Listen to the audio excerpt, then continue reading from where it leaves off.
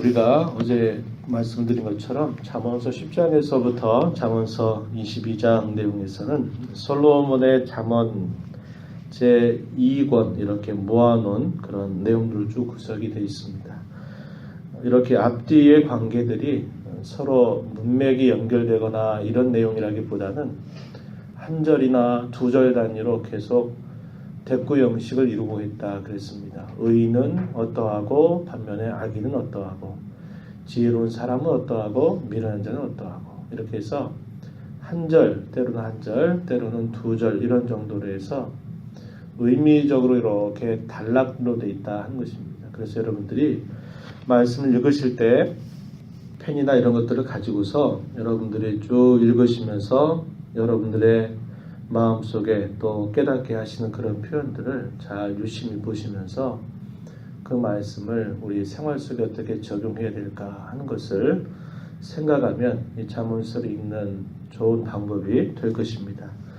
오늘 우리가 읽은 이 잠언서 11장의 내용에서도 계속적으로 내용이 주어지는 것은 의인과 악인의 길, 이것이 서로 대조되고 있는 모습을 표현해 주고 있습니다.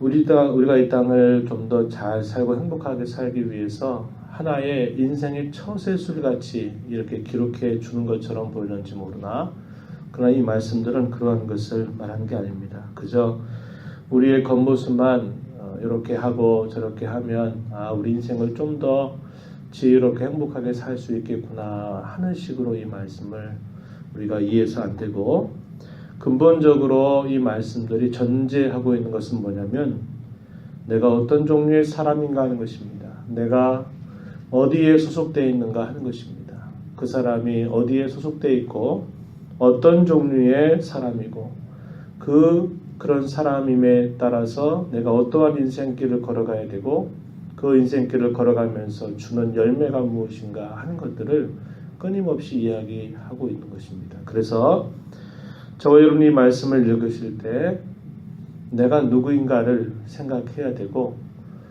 우리 모두는 하나님의 긍휼하신 무한하신 그분의 긍휼을 따라서 죄악된 세상으로부터 건진받은 자임을 우리가 기억해야 되고, 구원받은 자라고 하는 사실들을 기억하면서 내가 왜 이렇게 이 길을 따라서 살아가야 되는지, 끊임없이 고쳐서 내가 이 길로 행하여 드려야 되는지 하는 그 이유는 하나님께서 저와 여러분을 죄악된 세상으로부터 건져주셨기 때문에, 하나님의 자녀가 되게 하셨기 때문에, 우리를 부르신 그 하나님이 거룩하신 분이고 우리를 향하신 하나님의 뜻을 한마디로 압축한다면 그분 앞에 거룩하고 흠이 없는 삶을 살게 하시려고 우리를 구원하셨다. 이 사실을 기억하면서 이 말씀의 내용들을 읽어가야 됩니다. 믿지 않는 사람들이 잠언서 말씀을 볼 때는 그런 식으로 읽는 거죠. 처세수로 읽는 겁니다. 이게 이렇게 했더니 이런 면들이 좋구나, 이러니까 이렇게 하면 되겠다, 이런 식으로 생각을 하기 쉽지만, 우리 믿는 하나님의 사람들이 이 말씀을 읽을 때는 내가 어디에 속해 있는가, 내가 그 속한 자답게 살고 있는가 그렇지 않은가를 끊임없이 점검하면서 우리의 마음가짐과 태도와 우리 행실들을 고쳐나가는 그런 자세를 가져야 한다라는 사실입니다. 정직하고 성실하고 바르게 지혜롭게 살아가는 삶이 당장에 우리 눈앞에 보여지는 삶 속에서는 어떤 물질적인 보상이나 우리가 원하는 것들, 사람이 기뻐하는 것들이 금방 돌아오지 않을 수 있습니다. 하지만 결국에는 하나님이 우리의 보증이 되시고 그 말씀하신 모든 일에 하나님이 증인이 되시기 때문에 결국에는 정직하고 진실하고 바르고 성실하게 지혜롭게 살아가는 삶이 결국은 형통하게 된다고 하는 사실과, 마침내 패망의 길이 아니라 구원과 영생의 열매를 얻게 된다라는 것을 우리에게 말해주고 있습니다. 그래서 저와 여러분은 우리의 인생에 대한 판가름에 나를 어디로 두고 살아야 되냐 하면, 내가 이 땅에 살면서 다 받을 것 받고 누릴 것 누리며 살겠다 하는 욕심을 가지고 살 것이 아니고, 우리의 인생을 마치게 돼서 하나님의 면전에 서게 될 때 내 인생을 과연 어떻게 살았느냐, 내게 주어진 내 걸음을 어떻게 걸어왔느냐 하는 것을 판결하시는 그 날을 우리의 초점으로 두고 살아가야 된다라고 하는 겁니다. 그렇다면 우리가 이 땅에 살면서 가져야 될 가치관도 다르고 우리가 품어야 될 마음가짐도 다른 것이고 우리가 세상 사람들과 더불어 살아갈지라도 그들의 똑같은 모습을 부러워하거나 본떠 살아가는 일들을 따라가서는 결코 안 되는 것이다. 이것을 우리는 늘 기억해야 한다는 겁니다. 본문 30절 말씀에 가서 보면은 이렇게 말합니다. 30절 의인의 열매는 생명나무라 지혜로운 자는 사람을 얻느니라. 의인의 열매가 생명나무다. 의인의 열매, 그 말은 의인으로 속하여서 의인의 길을 따라가고 그 의인으로서 그 길을 끊임없이 걸어갔을 때 그에게 주어진 열매가 마치 생명나무와 같다. 이렇게 이야기해주고 있습니다. 반면에 악인의 길은 어떨까요? 반대의 경우가 되겠죠. 의인을 그렇게 말하면서 이 의인으로 살아갈 때 가장 중요한 건 뭐냐? 마음입니다. 마음. 사람의 인격의 중심, 그것이 어디에 있어야 될까? 우리가 잠언서 4장에서도 읽었지만은 물을 지킬 만한 것 중에 내 마음을 지키라. 생명의 근원이 이에서 난다. 그래서 우리의 마음을 어떻게 해야 될까?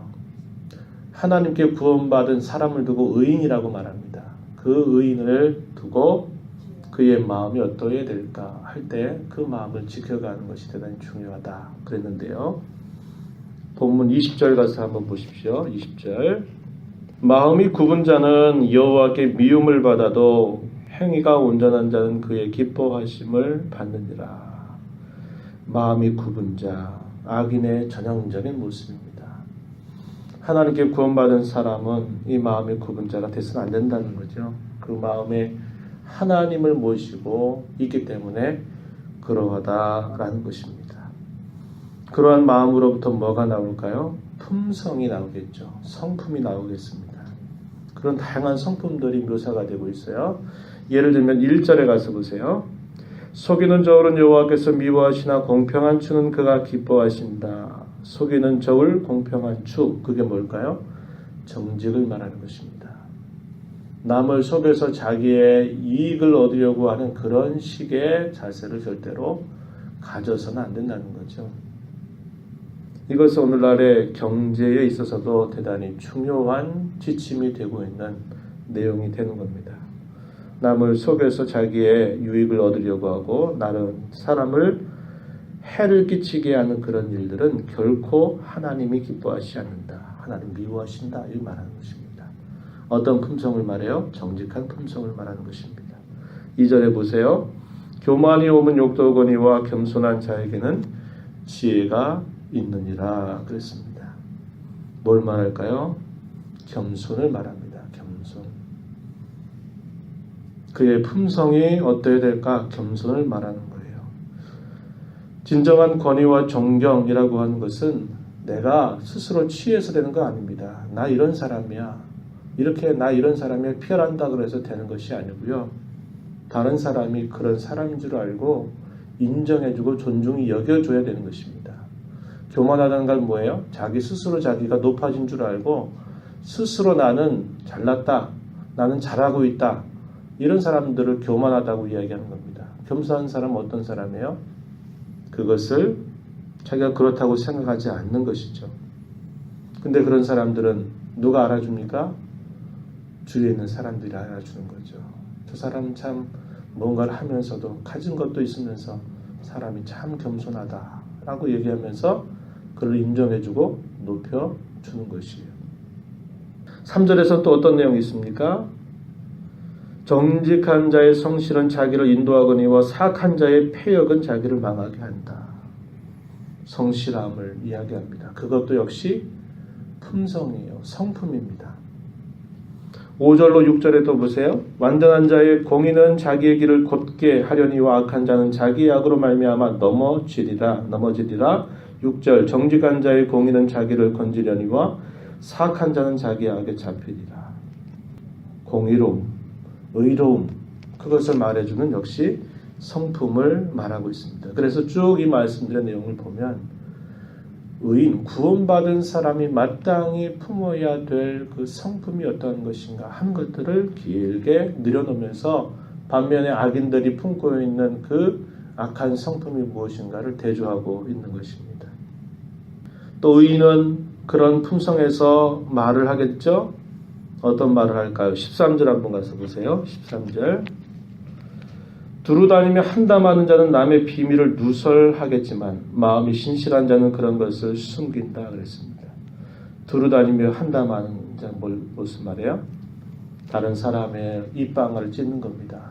누가 어떻고 누가 어떻더라 뭐 했다더라 맨날 그런 얘기하는 사람들, 그러한 사람들은 남의 비밀을 누설한다 그랬습니다.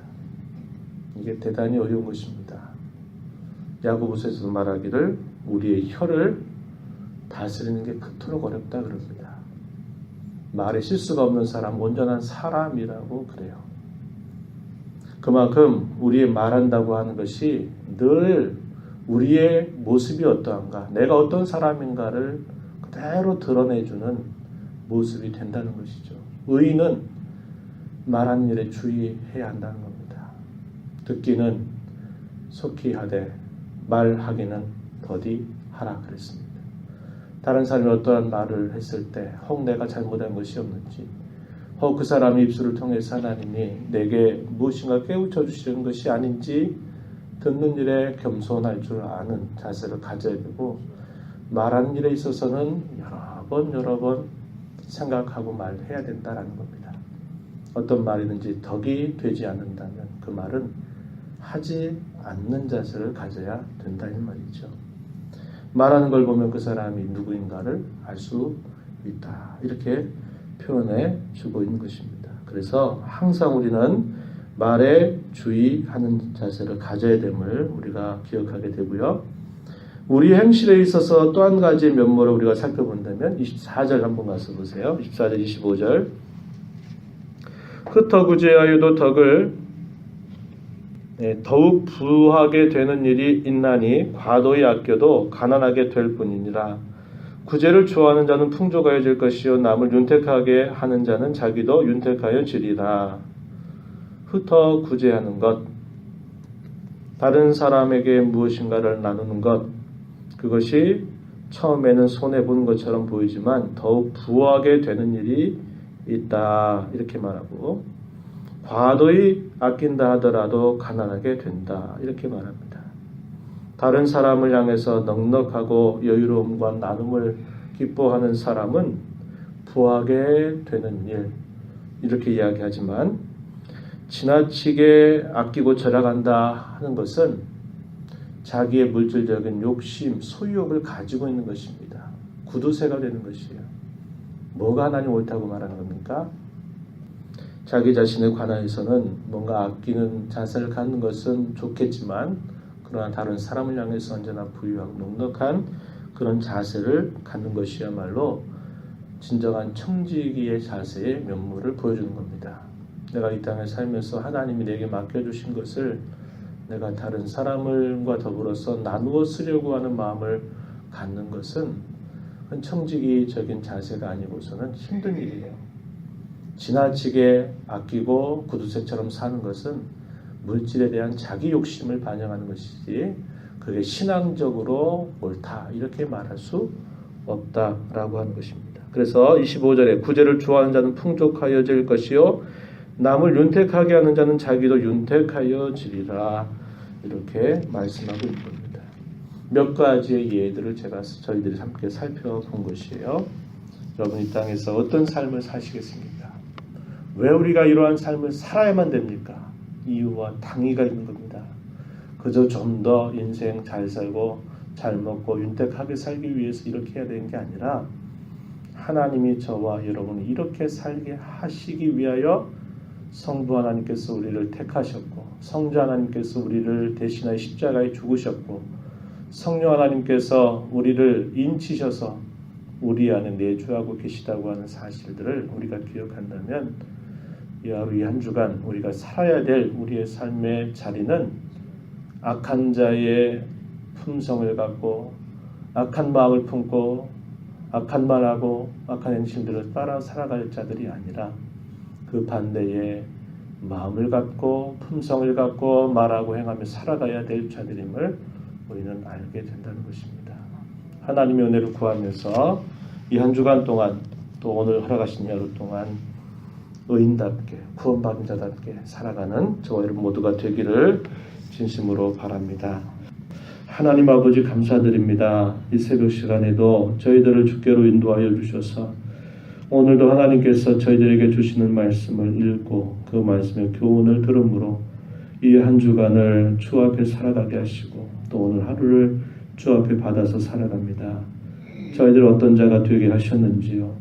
아무런 보잘것없는 쓸모없는 인생들을 사랑하셔서 창세전에 우리를 택하시고 예수 그리스도를 통하여 우리의 죄를 대속하시고 성령의 인자심을 통하여 우리의 평생 동안 우리를 떠나지 않고 거주하신 이 귀한 은혜를 주신 것은 저희로 하여금 하나님 앞에 거룩하고 흠이 없는 삶을 살게 하시려 함임을 우리가 기억하고 의인의 마음, 새롭게 하신 새 사람의 마음을 갖고 또 새 사람다운 품성을 갖고 말과 행실을 통하여 하나님께 영광이 되는 저희들의 삶이 되도록 도와주시옵소서. 은혜의 보호자 앞에 나와 간구하는 모든 심령들 용납하시고 기도 가운데 하나님을 배우는 복된 시간 되도록 인도해 주옵소서. 귀하신 예수님 이름으로 기도드리옵나이다. 아멘.